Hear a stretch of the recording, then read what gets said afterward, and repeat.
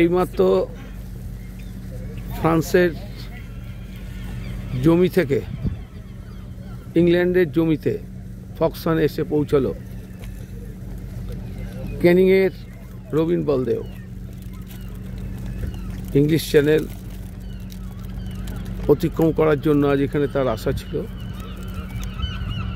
এইমাত্র তারা পৌঁছলো ফক্সনে। রবিন, তোমার কেমন লাগছে? আমি ভাবতেই সত্যি আনন্দ লাগছে, এতটাই আনন্দ লাগছে যে আমি এটা আমার জীবন একটা সার্থক যে আমি ইংল্যান্ডের থেকে শুরু করেছিলাম ফক্সটন থেকে, আর ফ্রান্স পর্যন্ত যে সাঁতারে জলে নামতে হবে সেটা একটা গা শিউরে ওঠার মতো একটা মুহূর্ত, এবং সেটা হচ্ছে স্বপ্নের মতো লাগছে আমার কাছে। তোমার অনেক দিনের স্বপ্ন ছিল যে তুমি ইংলিশ চ্যানেল পার হবে, তুমি সেটা করেছো, করে দেখালে। এবং তুমি কি বার্তা দেবে বাংলার যে সমস্ত তরুণীরা সন্তরণে নিজেদের নিয়োজিত করেছে, তাদের জন্য তুমি কি বার্তা দেবে? আমি ইয়ং জেনারেশনের কাছে একটাই বার্তা দেবো, শুধু সাঁতার না, প্রতিটা স্পোর্টস পার্সন এবং প্রতিটা ইয়ং জেনারেশনকে বলবো যে মানুষ পারে না এমন কিছু জিনিস হতে পারে না। কারণ বাঙালিরা যেটা আজকে চিন্তা করে সেটা সারা বিশ্ব আমি ভাবি অনেক পরে সেটা ভাবে। তার কারণ আমি এই 12-13 বছর সাঁতার ছেড়ে দেওয়ার পরে আবার যে ঘুরে এসেছি, আর সবচেয়ে বড় কথা এত বড় একটা মানে টার্গেট নিয়ে সেটা, আর সবচেয়ে বড় কথা আমার বয়সেরও একটা ব্যাপার আছে, আমার 44+। আমি যখন পারি তাহলে আমাদের বাংলার আরও ইয়ং জেনারেশন কেন পারবে না? তুমি বাংলার গৌরব অ্যাওয়ার্ড পেয়েছো, পশ্চিমবঙ্গ সরকার তোমাকে এই সম্মানে ভূষিত করেছে। এরপরে এই ইংলিশ চ্যানেল কেমন লাগছে তোমার?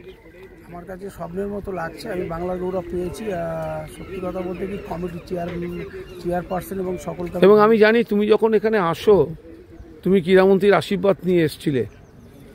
এটা ক্রীড়ামন্ত্রীর কাছেও একটা ভালো খবর হবে যে বাংলার একটা ছেলে বাংলার সম্মান রাখতে পারলো এই ইংলিশ চ্যালেঞ্জ জয় করে, এবং ভারতীয় পতাকা এখানে আরেকবার নিজে তুলতে পারলো। এটাই হচ্ছে বড় ব্যাপার। তুমি এই ব্যাপারে কি বলবে? সেটা আমি খুব গর্বিত, কারণ আমাকে স্পোর্টস মিনিস্টার উনি আমাকে মাথায় হাত দিয়ে আশীর্বাদও করেছেন, এবং গিয়ে আমি অবশ্যই দেখা করবো। আর আমার সবচেয়ে বড় কথা, আমার মেন্টর হিসাবে যাকে আমি পেয়েছিলাম পাশে, বা এখনও আমি ইংল্যান্ডেই আছি, আমরা একসঙ্গে, বিখ্যাত ফুটবলার আপনারা জানেন মানুষ ভট্টাচার্য আমার সঙ্গেই আছেন। সেটা আমার কাছে একটা গর্বের বিষয় যে উনি আমার যেভাবে মোটিভেটেড করেছেন এই কদিন, এটা আমার কাছে একটা বিশাল বড় পাওনা।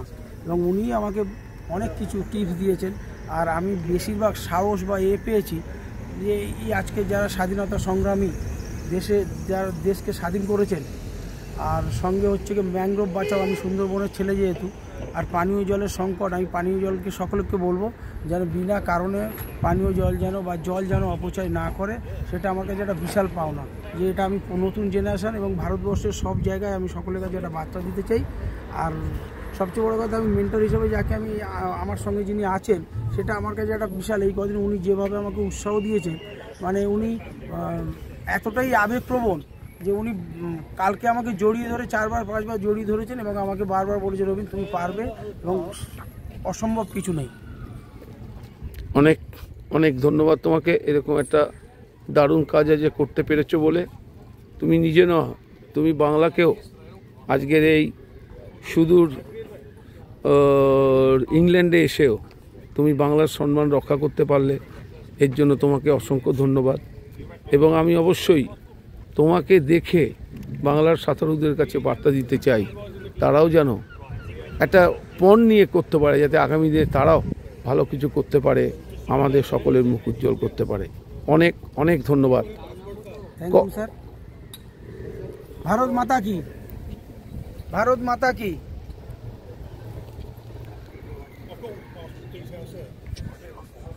ভারত মাতা কি, জয় বাংলা, জয়।